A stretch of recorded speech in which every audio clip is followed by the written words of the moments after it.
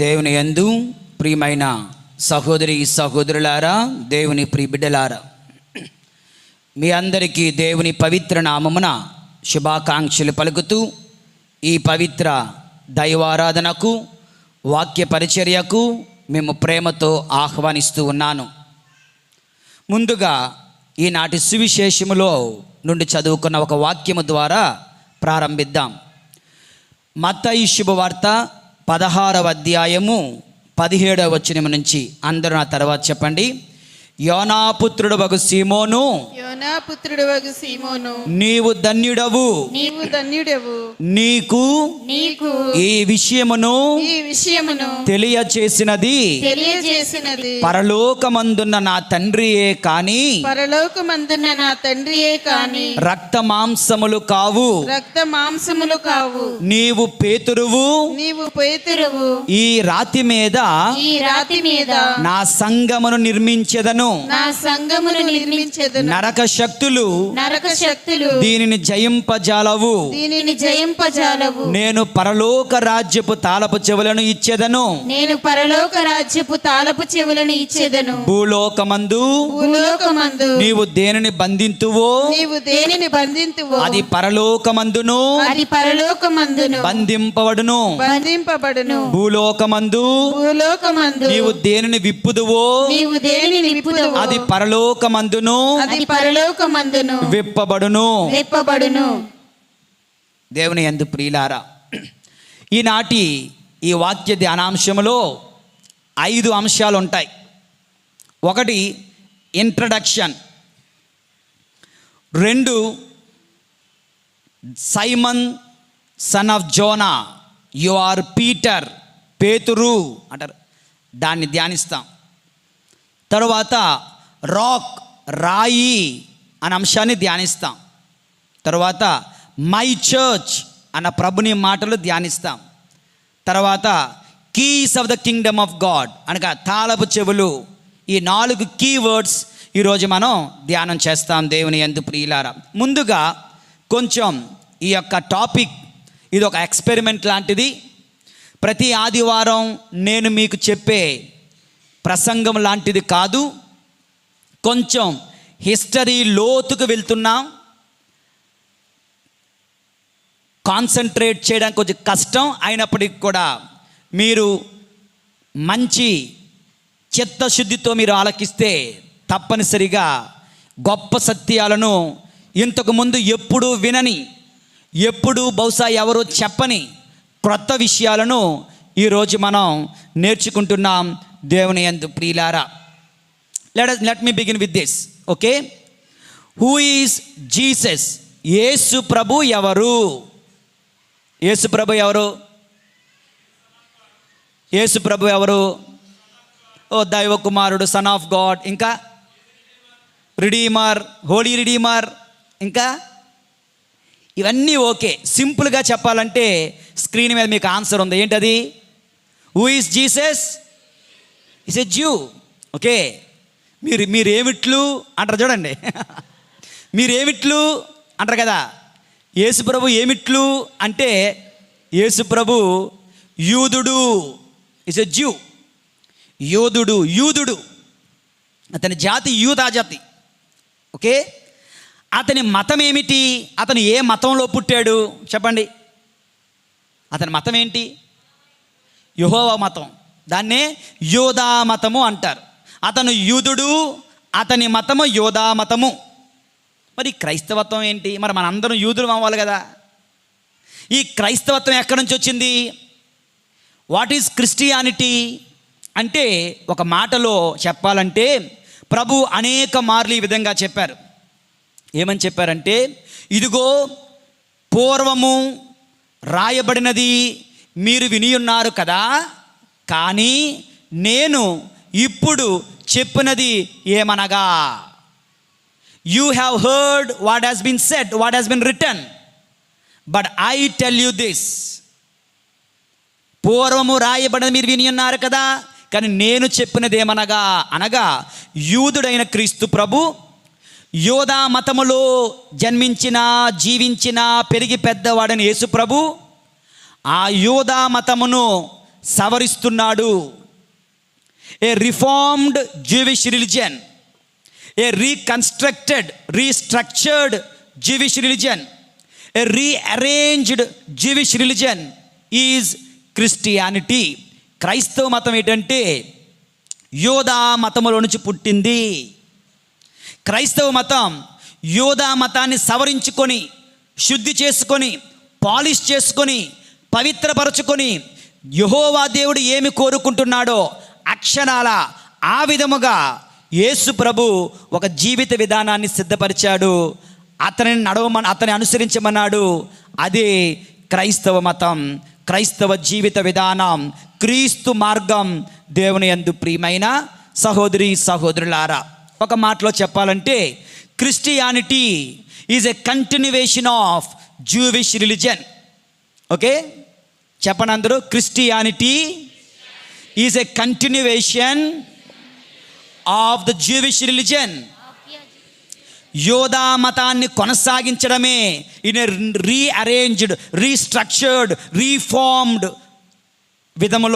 విధముగా ఈ దేవుని యందు ప్రియమైనటువంటి సహోదరి సహోదరులారా, ఈ మాట మనము మత్తయి శుభవార్త 16వ అధ్యాయము 18వ వచనంలో చదవచ్చు. ఈనాటి సువిశేషంలో మత్తయి శుభవార్త 16వ అధ్యాయము 18వ వచనం చదవండి ఎవరైనా. నీవు పేతురువు, ఈ రాతి మీద నా సంఘమును నిర్మించేదను. నా సంఘము. చూసారా, అప్పటి వరకు అతను యోధా మతంలో నడుస్తున్నాడు. అక్కడి నుంచి ప్రభు అంటున్నారు, నా సంఘము, నా శ్రీ సభ, నా దేవాలయము, నా శరీరము నేను నిర్మిస్తాను, నీ పైన ఓ పేతురు, ఓ రాయి అని ప్రభు అంటున్నారు. దేవుని యందు ప్రియులారా, అనగా యూదా మతాన్ని ప్రభు ఇంకొక చక్కనైన రీతిలో తీసుకుని వెళ్తున్నారు. అదే క్రైస్తవ మతము. దేవుని యందు ప్రియులారా, చూద్దాం ఒక్కసారి యేసు ప్రభు ఏం చేశారో, ఎలా మార్చారో. పాత నిబంధన, నూతన నిబంధన. ఓకే, పాత నిబంధనలో స్క్రీన్ మీద కూడా మీకు కనిపిస్తుంది. ఇక్కడ యూదా మతము, క్రైస్తవ మతము. అందులో అక్కడ పాత మోసెస్ ఉన్నాడు, మోషే ఉన్నాడు. కొంచెం కష్టం, టేబుల్ ప్రకారం లాస్ట్ హాఫ్ అన్ అవర్లో చేశాడు. ఓకే, యోధా మతములో మోసెస్ ఉన్నాడు. ఇక్కడ కూడా నూతన మోషే ఉన్నారు. ఎవరా నూతన మోషే? యేసు ప్రభు. అక్కడ పాత నిబంధన ఉంది, ఇక్కడ నూతన నిబంధన ఉంది. మత్తయి శుభవార్త 26వ అధ్యాయము 26వ వచనం చదివినట్లయితే, ఇదిగో ఇది నేను మీకు ఇస్తున్న నూతన నిబంధన అంటూ తన యొక్క శరీరమును, తన రక్తమును అందిస్తున్న క్రమములో మనం చూస్తున్నాం. దేవుని యందు ప్రియుల, పాత నిబంధన, నూతన నిబంధన. పాత మోసెస్, నూతన మోసెస్ యేసు ప్రభు. అక్కడ పాస్ ఓవర్ మీల్, పాస్కా భోజనము ఉంది. ఇక్కడ యూకరిస్టిక్ మీల్, దివ్య సత్ప్రసాద భోజనము ఉంది. అక్కడ రక్త బలి ఉంది, గొర్రెలను చంపి ఆ రక్తాన్ని చిలకరించేవారు. ఇక్కడ యేసు ప్రభువే గొర్రె పిల్లగా మారి ఆయన రక్తాన్ని ఇదిగో మనం స్వీకరిస్తూ ఉన్నాం. దేవుని యందు ప్రియులారా, blood is sacrifice, blood is sacrifice, Jesus blood sacrifice. అక్కడ పరలోకం నుండి దిగి వచ్చిన మన్నా ఉంది. ఇక్కడ పరలోకం నుండి దిగి వచ్చిన నిజమైన మన్నాను నేనే అని పలికిన క్రీస్తు ప్రభు దివ్య శరీరం ఉంది. అక్కడ బ్రెడ్ ఆఫ్ ప్రెజెన్స్, అనగా ఆ యొక్క నిబంధన పేటికలో మన్నాను పెట్టి, ఇదిగో దేవుడు ఈ మన్నా రూపంలో ఉన్నారు, ఆ 10 ఆజ్ఞల రూపంలో ఉన్నారు, అహరోను కర్ర రూపంలో ఉన్నారు అనుకునేవారు. దేవుని యొక్క సాదృశ్యానికి, దేవుని యొక్క ప్రత్యక్షతకు అవి నిదర్శనాలు. మనకి కూడా దివ్య మందసం ఉంది. దివ్య మందసములో దివ్య సత్ప్రసాదం ఉంది. దివ్య సత్ప్రసాదం అనగా క్రీస్తు ప్రత్యక్షత. దేవుని యందు ప్రియులారా, అక్కడ ఆర్క్ ఆఫ్ ద కవనెంట్ అనగా నిబంధన పేటిక ఉంది. ఇక్కడ new arc of the covenant ఎవరు? మరియ తల్లి. నూతన నిబంధన పేటిక మరియ తల్లి. దేవుని యందు ప్రియులారా, 7 విషయాలు. పాత మోసెస్ యేసు ప్రభులా మారారు. పాత నిబంధన కొత్త నిబంధన అయింది. పాస్కా భోజనము దివ్య సత్ప్రసాద భోజనం అయింది.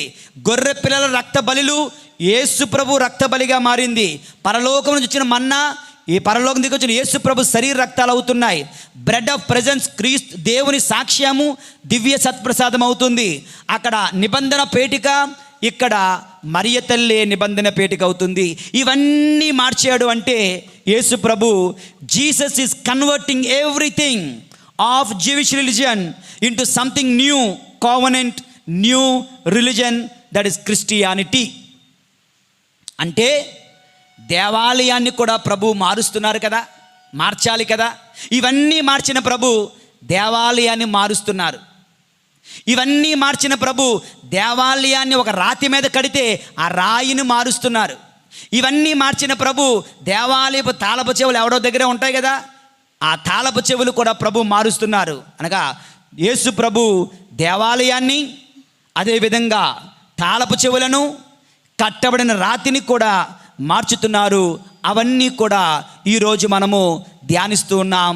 ఈనాటి మొదటి పట్టణము, రెండవ పట్టణము, సువిశేష పట్టణము ద్వారా దేవుని యందు ప్రియమైన సహోదరి సహోదరులారా, ఓకే, ఇది ఇంట్రడక్షన్ మాత్రమే. ఇదే ఎంత హెవీగా ఉంది, థియాలజీ కొంచెం హెవీగా ఉంటుంది ఈరోజు. కానీ మీరు ఫోకస్ చేసి ఆలకిస్తే యూ విల్ బి సర్ప్రైజ్డ్. నేనే ఆశ్చర్యపోయాను. కొత్త కొత్త విషయాలు మీరు కూడా ఆశ్చర్యపోతారు.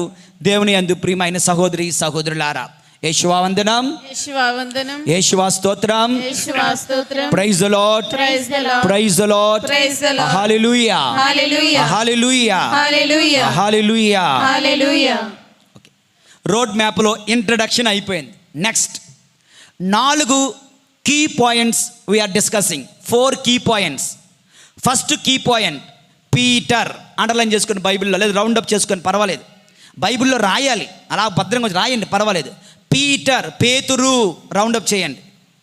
2 రాయి, ఈ రాతిపై రౌండప్ చేయండి. నా సంఘము, రౌండప్ చేయండి.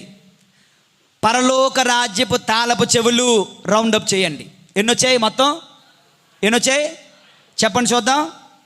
పేతురు, రాయి, నా సంఘము, ఆ పరలోక రాజ్యపు తాళపు చెవులు. మొట్టమొదటి ఏమొచ్చింది? పేతురు. దేవుని యందు ప్రియులారా, మత్తయి సువార్త 16వ అధ్యాయం 17వ వచనంలో ప్రభు అంటున్నారు, యోనా పుత్రుడవైన సీమోను, నీవు ధన్యుడవు, నేను నా సంఘమును, నువ్వు పేతురువు, దీనిపై నేను నా సంఘం నిర్మిస్తాను. ఒకటి సీమోను ఏమవుతున్నాడు చెప్పండి, ఏమవుతున్నాడు గట్టిగా? సీమోను ఏమవుతున్నాడు? దేవుని యందు ప్రభు పేరు మారుస్తున్నారు. అబ్రహాము అయ్యాడు, పిల్లలు లేనివాడు, అనేక జాతులకు తండ్రి అయ్యాడు. ఓకే. సారా అయ్యారు, పిల్లలే లేని తల్లి, అనేక జాతులకు తల్లి. ఒక ఇంపార్టెంట్ బాధ్యత ఇస్తున్నప్పుడు దేవుడు పేరు మారుస్తున్నాడు. అబ్రహాముగా మారాడు, సారాగా మారారు. యాకోబు మోసగాడు, ఇజ్రాయేలు దేవునితో మనిషితో పెనుగులాడినవాడు అని అర్థం. దేవుని యందు ప్రియులారా, అబ్రహాముగా మారినట్లుగా, సారాగా మారినట్లుగా, యాకోబు ఇజ్రాయేలుగా మారినట్లుగా, సీమోను అనువాడు పేతురుగా మారుతున్నాడు. అనగా ఒక ముఖ్యమైన బాధ్యత,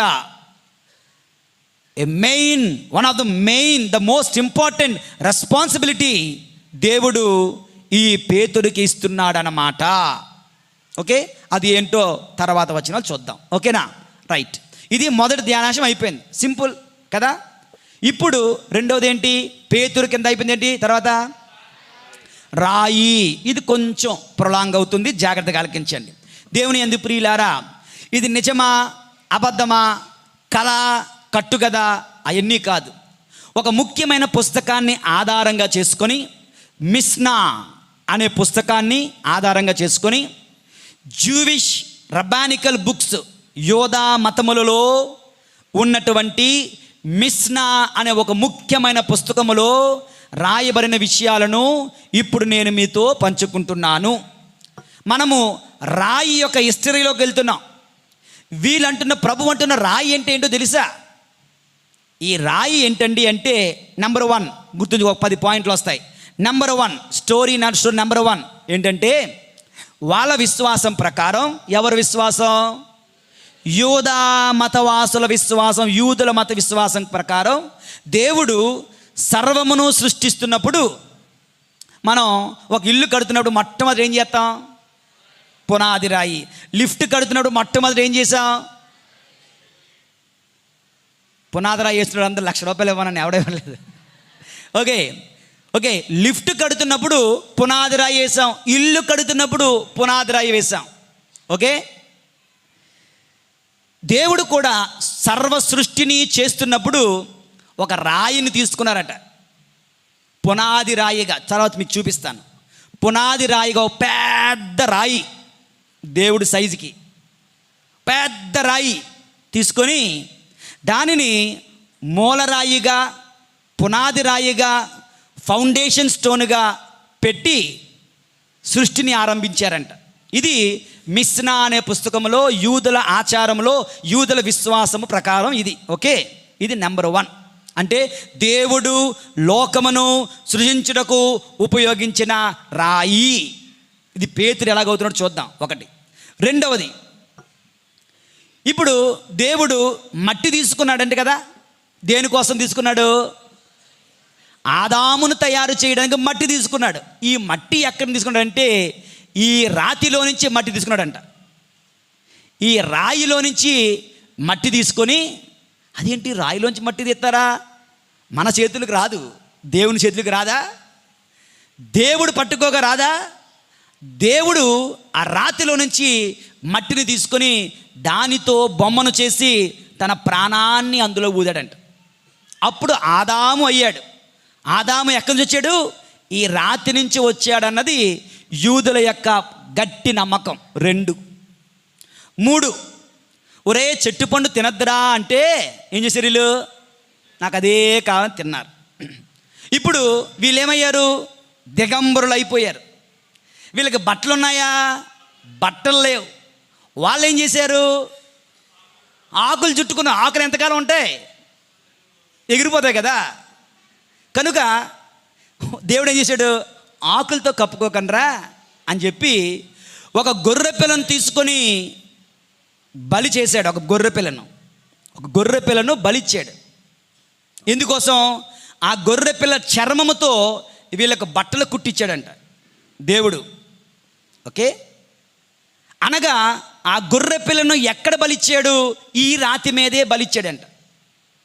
ఈ రాతి మీద బలిచ్చి ఆ యొక్క వస్త్రాలను తీసి దానితో, ఆ చర్మముతో వస్త్రాలు చేసి ఆదాము యెవమ్మలకు ఇచ్చి పంపించారట. 3.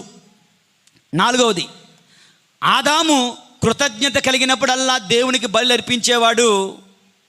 కయ్యూను ఆబేలులు బలులు అర్పించారు. వీళ్ళందరూ, ఈ ఫ్యామిలీ మొత్తం ఈ రాతి మీదే బలులు అర్పించేవారంట దేవునికి. ఆదాము, కయ్యూనుడు, ఆబేలు కూడా ఈ రాతి మీదే దేవునికి బలి అర్పించారంట. 4. 5వది, నోవా జలప్రలయములో, అది ఎక్కడికో వెళ్ళి ఆగింది కదా. దిగగానే ఏం చేశాడు నోవా? కృతజ్ఞత బలి అర్పించాడు. 40 రోజులు 40 రాత్రులు వర్షం కురిసిన తర్వాత మమ్ములను, మా కుటుంబాన్ని మాత్రం కాపాడావు, మా కుటుంబంతో నూతన సృష్టిని చేస్తున్నావు దేవా, నీ కృతజ్ఞత బలి అర్పిస్తున్నాడు కదా. ఆ నోవా అర్పించిన బలి కూడా ఈ రాతి మీదే నోవా బలి అర్పించాడంటే దేవుని యందు ప్రియులారా. ఇది 5వది. ఫాలో అవుతున్నారా? Hello, praise the lord, praise the lord, hallelujah, hallelujah, hallelujah, hallelujah, hallelujah, hallelujah. ఇన్ని కూడా ఊరకనే చెబుతున్న మాటలు కాదు, నగ్న సత్యాలు. పురాతన గ్రంథాలలో నుంచి త్రవ్వి తీసినటువంటి నగ్న సత్యాలు, యోధా మతాచారాలు దేవుని యందు ప్రియులారా. ఇక నోవా బలి అర్పించి అదే రాతి మీద. 6వది, ఇప్పుడు అబ్రహాము, దేవుడు ఏమన్నాడు? నీ కొడుకు నాకు బలి అన్నాడా? మొరాయి పర్వతంకి వెళ్ళాడా? ఆ మొరాయి పర్వతం మీద ఒక రాతి మీద పెట్టాడు కదా. ఈ రాతి మీదే ఈ రాతితోనే ఆయన పీఠము చేసి దాని మీద ఈసాకును పడుకోబెట్టి బలి ఇవ్వబోయాడంట. దేవుడు వచ్చి చిన్నవాడిని హాని చెయ్యకండి అని చెప్పి దేవుడు రక్షించాడు. ఈసాకుని బలి ఇవ్వడానికి అబ్రహాము సిద్ధపరిచినటువంటి బలిపీఠము కూడా ఈ రాతి మీదే ఉంది. అంటే ఈ రాయి ఎంత ఇంపార్టెంటో యూదులకు ఒక్కసారి అర్థం చేసుకోండి. దేవుని యందు ప్రియులారా, అయిపోయింది. అంటే అబ్రహాము జీవితంలో కూడా అయింది.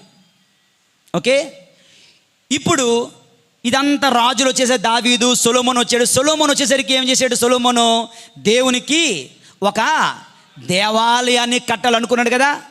ఈ దేవాలయాన్ని ఎక్కడ కట్టాడో తెలుసా? కరెక్ట్గా ఈ రాయి ఆ దేవాలయంలో గర్భగుడిగా ఉండేలాగా చేసుకొని దేవాలయాన్ని కట్టడం జరిగిందంట. ఓకే, యెరూషలేము దేవాలయం, మొట్టమొదటి యెరూషలేము దేవాలయం. ఎన్ని దేవాలయాలు యెరూషలేము దేవాలయాలు? టోటల్ ఎన్ని? 2. 3 దానికి ప్రయత్నిస్తున్నారు, అందుకే అక్కడ ఇంకా ఏడుస్తూ ఉన్నారు. ఆ తర్వాత సంగతి చెప్తాను. ఓకే, యెరూషలేము దేవాలయం, మొట్టమొదటి యెరూషలేము దేవాలయం, సొలొమోను కట్టిన యెరూషలేము దేవాలయం.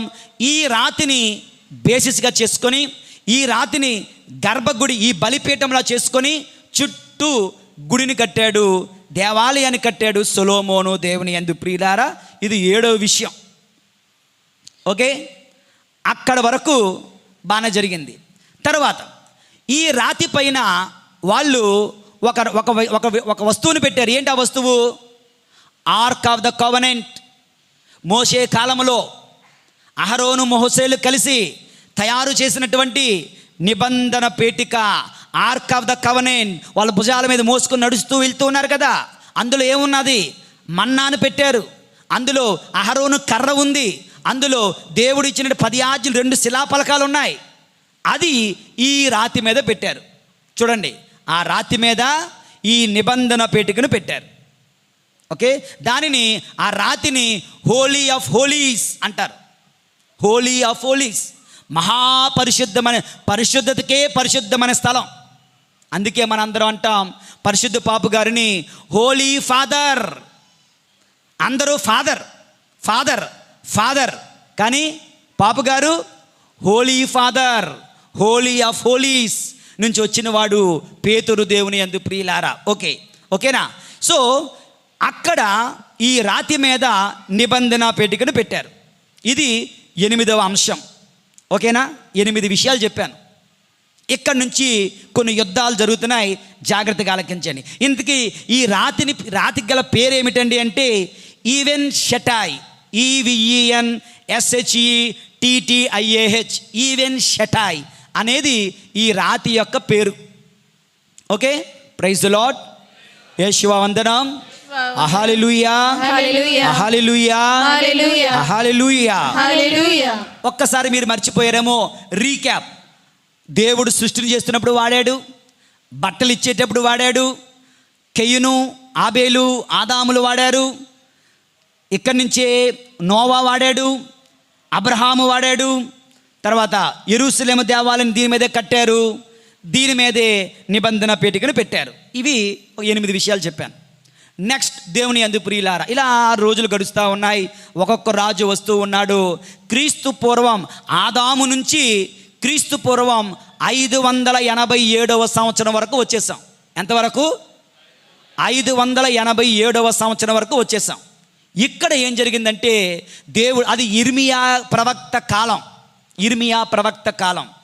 ఇక్కడ ఏం జరిగిందంటే ఈ మనుషులు, ఇజ్రాయేలు ప్రజలు పూర్తిగా దేవుని మీదకి వ్యతిరేకంగా అయిపోయారు. కనుక దేవుడు వాళ్ళను పూర్తిగా వదిలేశాడు. వదిలేయగా ఏమైందంటే బాబిలోనియన్లు వచ్చారు. నెబుకద్నెజర్ రాజు, బాబిలోనియన్లు వచ్చి వీళ్ళ మీద పడి, వీళ్ళ యెరూషలేము దేవాలయాన్ని, ఇజ్రాయేలు ప్రజలను నాశనం చేసి చాలామందిని బానిసలుగా పట్టుకొని వెళ్ళిపోయారు. అక్కడ ఈ దేవాలయాన్ని వాళ్ళు నాశనం చేస్తున్నప్పుడు దేవుని యందు ప్రియమైనటువంటి సహోదరి సహోదరులారా, నాశనం చేసేసారు. గుర్తుంచుకో, నాశనం చేసేసారు. ఇక్కడ దేవాలయం లేదు.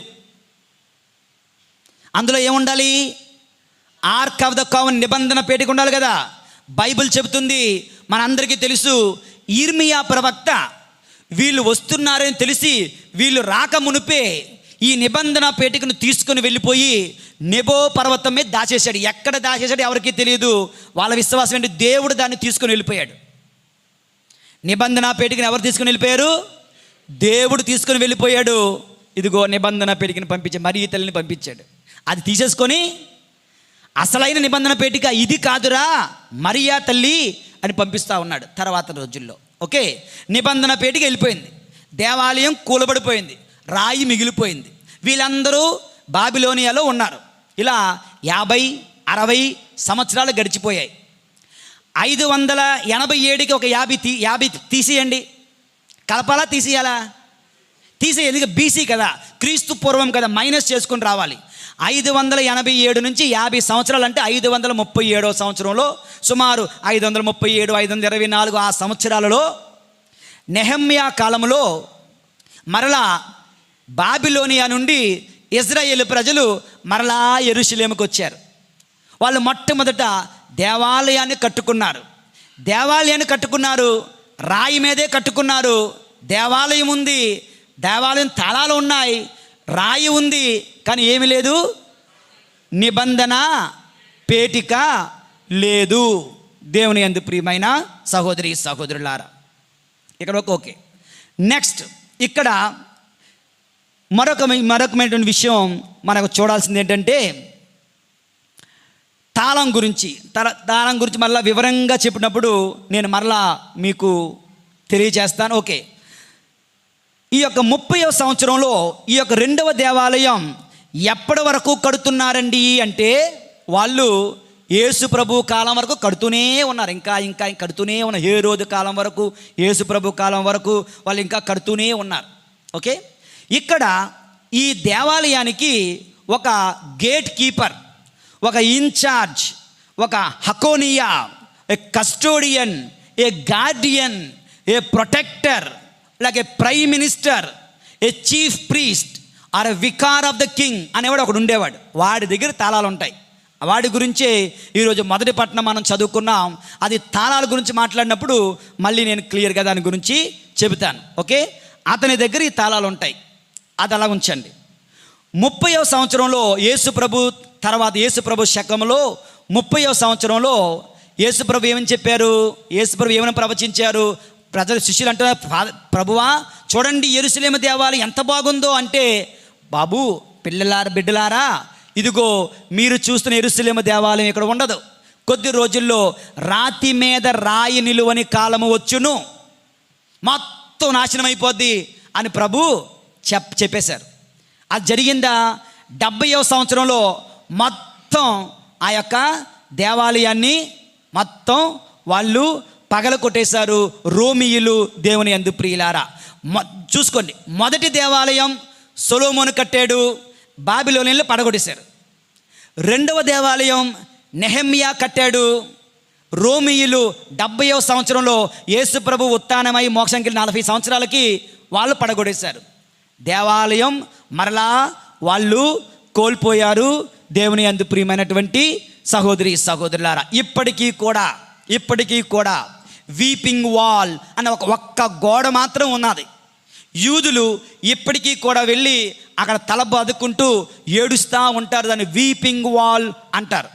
ఎందుకు వాళ్ళు తల కొట్టుకుంటున్నారంటే వాళ్ళు ఇంకొక యెరూషలేము దేవాలయం కట్టుకోవాలి అక్కడే. ఇంకో విషయం తెలుసా, మనకి ఎక్కడ ప్లేస్ ఉంటే అక్కడ చర్చి కట్టేసుకుంటాం. యూదులు ఎక్కడ పడితే అక్కడ కట్టుకోరు, ఆ రాతి మీదే కట్టుకుంటారు, వాళ్ళ డబ్బులతోనే కట్టుకుంటారు, వాళ్ళ ప్రెస్టేజ్ అది. ఇప్పుడు ఆ రాతి మీద కట్టడానికి 3 నష్టాలు వచ్చాయి. 3 కారణాలు. మొట్టమొదటిది, వాళ్ళు కట్టడానికి ప్రయత్నించిన ప్రతిసారి కూడా ప్రకృతి వికృతి రూపం చేసేసేది, భూకంపం వచ్చేసేది, భూమిలోంచి అగ్ని వచ్చి పడిపోయేది, ఆకాశంలోంచి అగ్ని కణికలు వచ్చి ఆ వర్కర్స్ మీద పడిపోయేది. ఎందుకని? దేవుడు వద్దు అన్నాడు. దేవుడు ఆ దేవాలయం శపించేశాడు. దేవుడు ఆల్రెడీ కొత్త దేవాలయం చేసేసాడు. ఇది కాకుండా యూదులు ఈతన్ని ఒప్పుకోకుండా, మెస్సయాగా ఒప్పుకోకుండా, మాకు ఇంకా మెస్సయా వస్తాడు, ఆ మెస్సయా మాకు గుడి కడతాడు, మాకు దేవాలయాన్ని కడతాడు చూస్తూ ఉన్నారు. వాళ్ళు ప్రయత్నిస్తుంటే ప్రకృతి వైపరీత్యాలు వారు చూస్తున్నారు, చచ్చిపోతున్నారు, వాళ్ళు కట్టడం లేదు.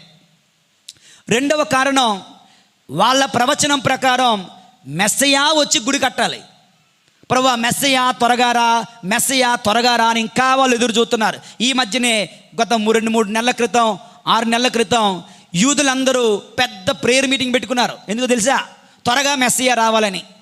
మెస్సయా వచ్చి వెళ్ళిపోయి 2000 సంవత్సరాలు అవుతుంది. వాళ్ళు యేసు ప్రభుని అంగీకరించడానికి ఇష్టపడక ఇప్పటికీ కూడా మెస్సయా కోసం ఎదురు చూస్తూ వీపింగ్ వాళ్ళ దగ్గర తల బాదుకుంటూ ఏడుస్తూ వచ్చే సంవత్సరం కల్లా గుడి కట్టేసుకుంటాం, వచ్చే సంవత్సరం కల్లా మెస్సయా వచ్చేస్తాడు అనుకుని వాళ్ళు బతుకుతా ఉన్నారు. బతకనివ్వండి. అదవుతుందా? ఇది రెండవ కారణం. మూడవ కారణం ఏంటో తెలుసా? ఆ రాతి మీద 7వ శతాబ్దంలో ఆ రాతిని టర్కిష్ ప్రజలు, ముస్లింలు ఆక్యుపై చేశారు. దండెత్తి దాన్ని ఆక్రమించుకొని బాబు డోమ్ ఆఫ్ రాక్, ఓకే, వాళ్ళు అక్కడ ఒక మాస్క్ కట్టేశారు. చూడండి, కనిపిస్తుందా? మాస్క్ గుండ్రంగా ఉంది కదా. అది చర్చ్ కాదు, అది టెంపుల్ కాదు, అది మాస్క్. వాళ్ళు ఎక్కడ కట్టారు? ఈ రాతిని పునాదిగా చేసుకొని, బేసిస్ చేసుకొని, గర్భగుడిగా చేసుకుని వాళ్ళు అక్కడ కట్టేశారు. ఇప్పుడు రాక్ చూపించు. రాక్ దేవుడు తీసిన రాయి, అబ్రహాము వాడిన రాయి, సొలొమోను దేకటిన రాయి. ఈ రాయి కనిపిస్తుందా? ఆ రాయి ఇప్పుడు అది 7వ శతాబ్దంలో ముస్లింలు ఆక్రమించేశారు కదా. వీళ్ళు అక్కడ గుడి కట్టాలంటే ఏం చేయాలి? దాన్ని పగలగొట్టాలి. ముస్లింలు మాస్క్ పగలగొట్టగలరా? పగలగొడితే 3rd వరల్డ్ వార్ వస్తుంది. అది వాళ్ళకి తెలుసు. కనుక 1 వాళ్ళు ఆక్రమించారు, 2 మెస్సయా రావాలి, 3 కడుతుంటే ప్రకృతి వైపరీత్యం చేస్తుంది. కనుక దేవుని యందు ప్రియులారా, ఈ విధముగా యూదా ప్రజలు నిబంధన పేటికను కోల్పోయారు. ఇర్మియా తీసుకొని దాచేశాడు, మోక్షానికి వెళ్ళిపోయింది. దేవాలయాన్ని కోల్పోయారు. సొలొమోను కట్టాడు, బాబిలోనులు పడగొట్టేశారు. నెహెమ్యా కట్టాడు, రోమీలు పడగొట్టేశారు. వీళ్ళు కట్టాలనుకుంటే కట్టడానికి అవ్వడం లేదు. రాక్ అన్నది ముస్లింలకు వశమైపోయింది. మెస్సయా వాళ్ళు అంగీకరించడం లేదు. కొత్త మెస్సయా కోసం చూస్తున్నారు. అహరోను లేదా లేవి యొక్క గురుత్వం, ప్రీస్టుడ్ కూడా వాళ్ళు కోల్పోయారు. మొత్తం వాళ్ళు కోల్పోయి యూదులు అలా మిగిలిపోయారు. ఎలా మిగిలిపోయారంటే, ఒక ఫిగ్ ట్రీ, అంజూరపు చెట్టును ప్రభు శపించారు. చూడు, అంజూరపు చెట్టు దగ్గర ప్రభు వెళ్ళారు. పళ్ళున్నాయా? పళ్ళు లేవు. నువ్వు ఎప్పటికీ ఫలింపక ఉండువుగాక. వెంటనే అది ఎండిపోయింది. అలాగా యూదా ప్రజలు మిగిలిపోయారు. దేవుని యందు ప్రియమైన సహోదరి సహోదరులారా, మరి ప్రభు ఆ యొక్క రాయే, పేతురు నువ్వే నా రాయి అనగా, చూడండి, వస్తువులు మనుషులుగా మారుతున్నారు, శిలలు సజీవ శిలలు అవుతున్నారు. వస్తువులు మరియ తల్లి, నిబంధన పేటికనే వస్తువు మరియ తల్లిలా మారారు. అర్థమవుతుందా? మోషే యేసు ప్రభు అవుతున్నాడు. మన్నా దివ్య సత్ప్రసాదం అవుతుంది. అర్థమవుతుందా? దేవుని యందు ప్రియులారా, లేవి గురుత్వం పోయి మెల్కిసెదెకు గురుత్వం వచ్చింది. మెల్కిసెదెకు గురుత్వం, లేవి గురుత్వంలో పెళ్లి చేసుకునేవారు. మెల్కిసెదెకు గురుత్వంలో పెళ్ళిళ్ళు లేవు.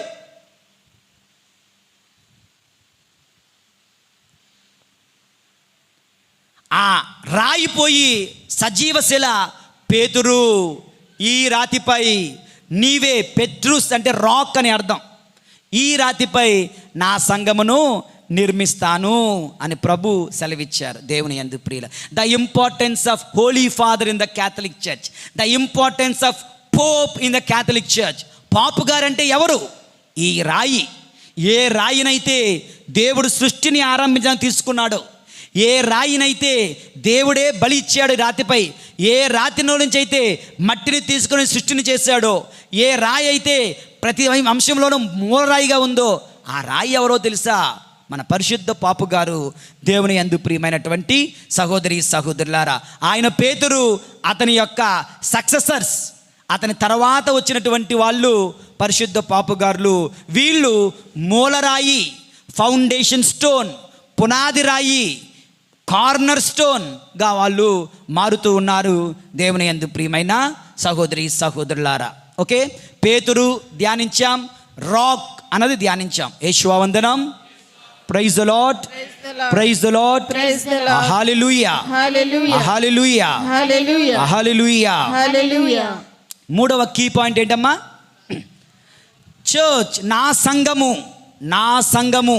ఇది మూడవ ధ్యానాంశం. దేవుని యందు ప్రియులారా, యూదులు ఇంకొక గుడి కట్టలేరు, అవునా?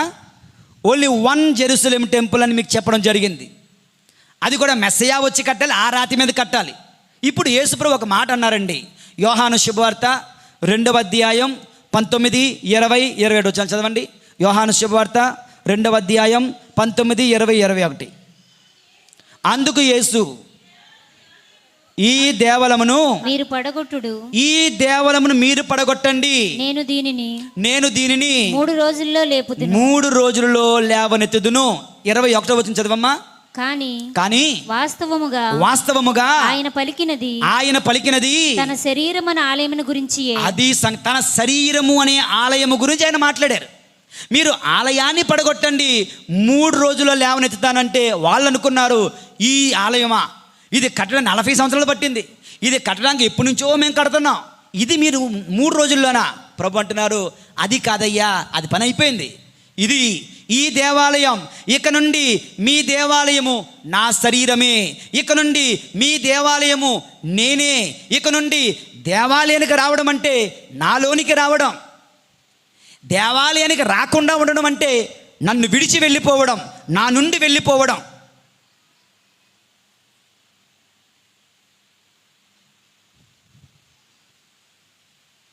దేవుని యందు ప్రియమైన సహోదరి సహోదరులారా, యూదులు మొదటి దేవాలయం సొలొమోను కట్టాడు, బాబిలోను పడగొట్టేశారు.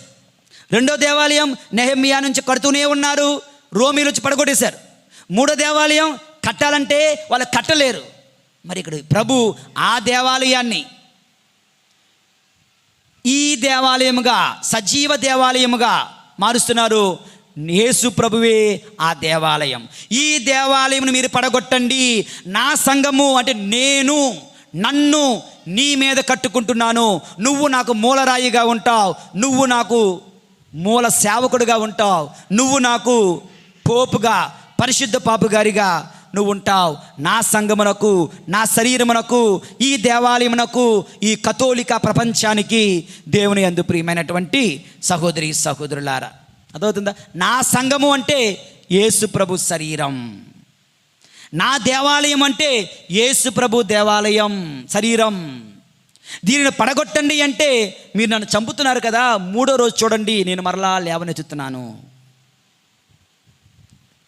రైట్. ఇక ఆఖరి ధ్యానాంశం, 4వ కీ పాయింట్ ఏంటి ఈరోజు? తాళపు చెవులు. ఈరోజు మొదటి పట్టణం దీని గురించి మాట్లాడుతుంది. ఓకే, దేవుని యందు ప్రియులారా, యూదా మతములో రాజులు ఉన్నారు. మొట్టమొదటి రాజు ఎవడు? సౌలు తర్వాత ఎవరు? దావీ తర్వాత ఎవరు? సొలొమోన్. ఇలా రాజులు వస్తూ ఉన్నారు. వీళ్ళ రాజ్యాలలో 2 ముఖ్యమైన వ్యక్తులు. ఒకడు రాజు, రెండో వాడు ప్రధాన కార్యాధ్యక్షుడు. ఓకే, ప్రధాన కార్యాధ్యక్షుడు రాజు, మరియు ఈజ్ వికార్.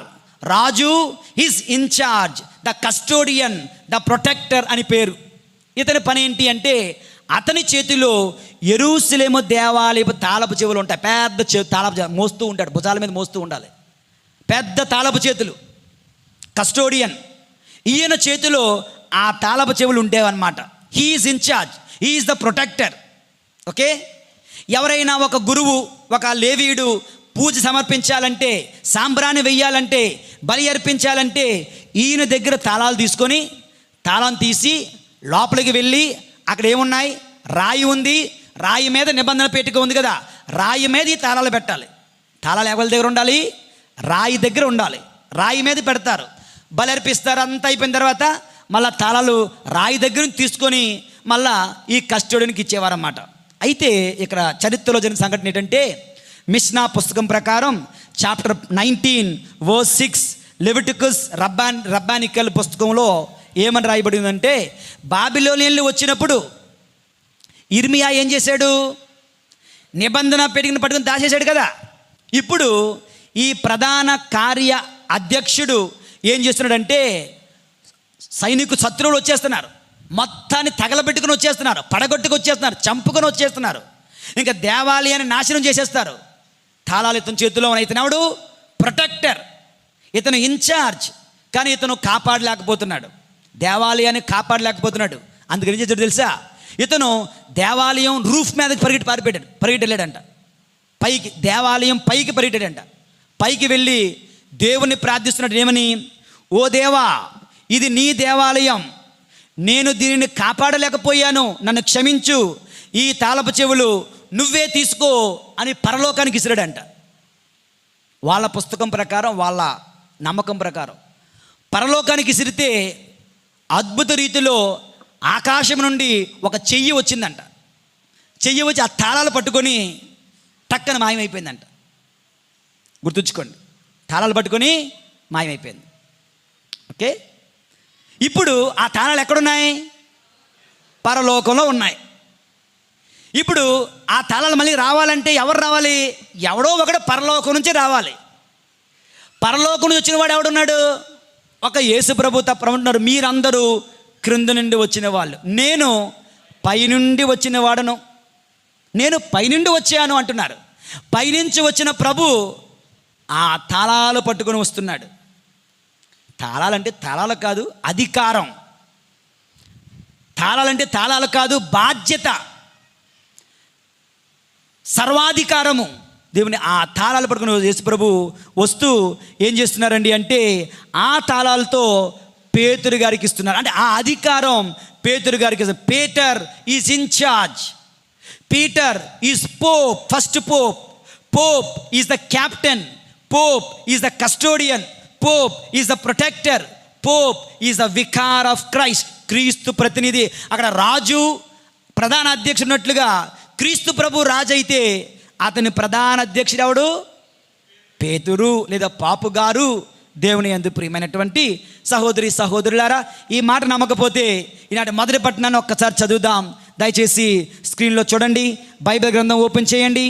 యెషయా గ్రంథము 22వ అధ్యాయము 15వ వచనం చదవండి. మైకున్న వాళ్ళు. ప్రభువు నాతో అనెను, ప్రభువు నాతో అనెను, రాజగృహ నిర్వాహకుడును, రాజగృహ నిర్వాహకుడును, రాజప్రాసాద అధ్యక్షుడునైన, రాజప్రాసాద అధ్యక్షుడునైన షెబ్నా వద్దకు పోయి అతనితో ఇట్లు చెప్పుము. ఓకే, ఇక్కడ నీకేమి పని? ఓకే, ఇక్కడ నీకెవరున్నారు? ఓకే, నీవిక్కడ సమాధిని తొలగించుకుంటునే.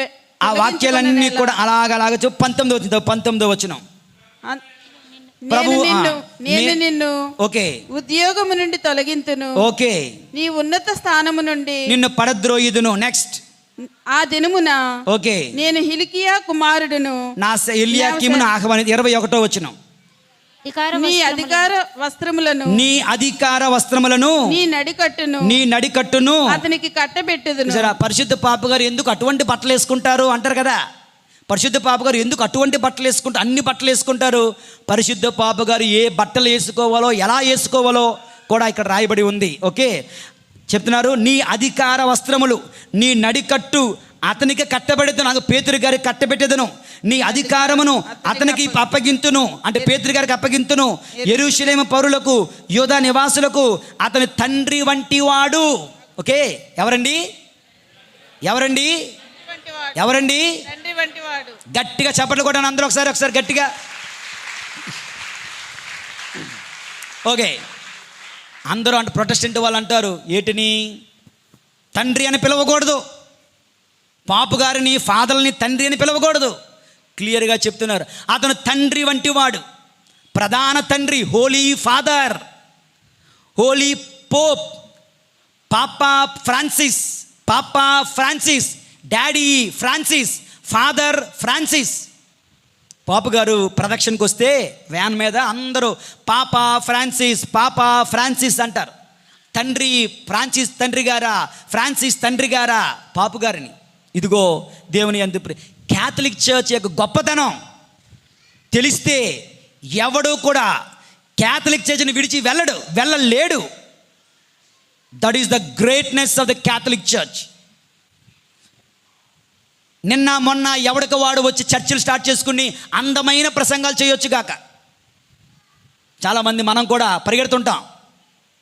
ఓకే, నో, క్యాథలిక్ చర్చ్ అది దేవుని యొక్క అనంతమైన జ్ఞానము నుండి పుట్టినటువంటి గొప్ప సంఘము.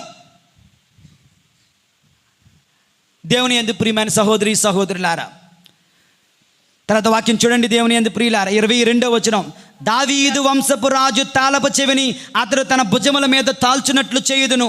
అతడు తెరిచిన దానిని ఎవ్వడు మూయలేరు, అతడు మూసిన దానిని ఎవ్వరూ తెరవలేరు. నేను అతనిని గుడారపు మేకును వలె గట్టిగా దిగగొట్టుదును, అతడు తన కుటుంబమును అంతటికి వన్నె తెచ్చును. అనగా నరక శక్తులు దీన్ని జయింపజాలవన్న మాటల అర్థం, మేకుతో కొడితే అది తిరిగి రాదు. పాపుగారు నేను పెడుతున్నాను, ఈ చర్చ్ నేను కడుతున్నాను, నరక శక్తులు దీన్ని జయింపజాలవు అనే ప్రభు అన్న మాటల యొక్క పరమార్థం ఇది. దేవుని యందు ప్రియమైనటువంటి సహోదరి సహోదరులారా, అర్థమవుతుందా?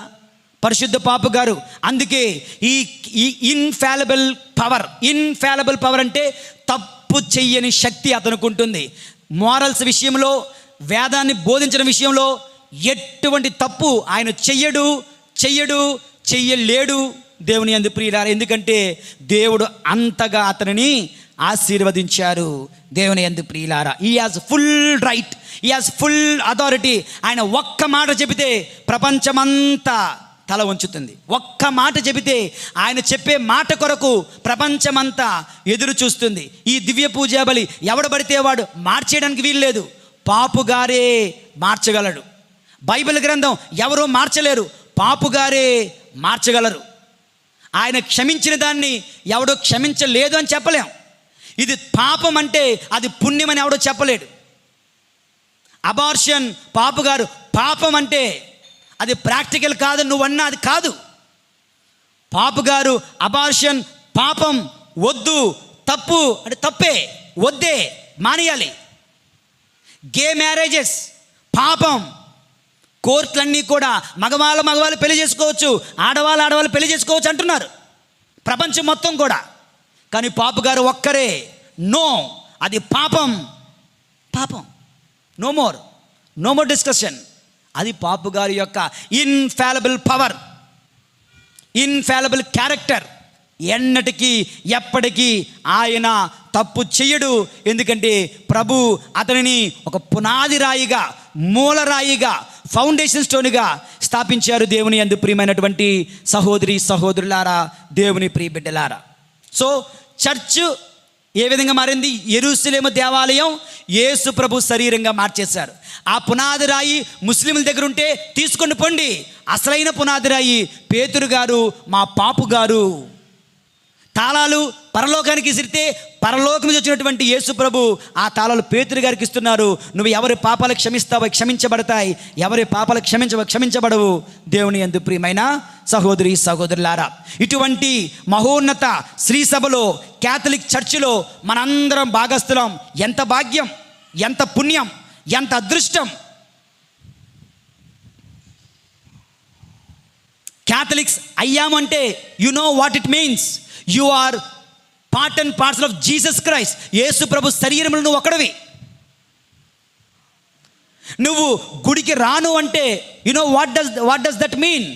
యేసు ప్రభు చెయ్యి విరిగిపోయి మూలన పడిపోయినట్టే, యేసు ప్రభు కాలు విరిగిపోయి మూలన పడిపోతున్నట్టే.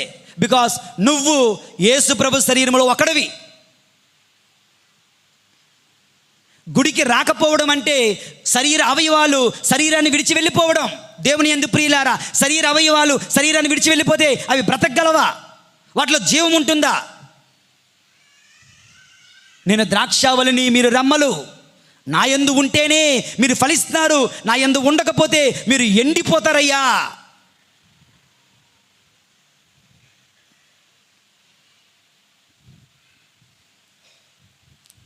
చర్చ్ అంటే మనందరం, ఈ చర్చ్ ముఖ్యం కాదు.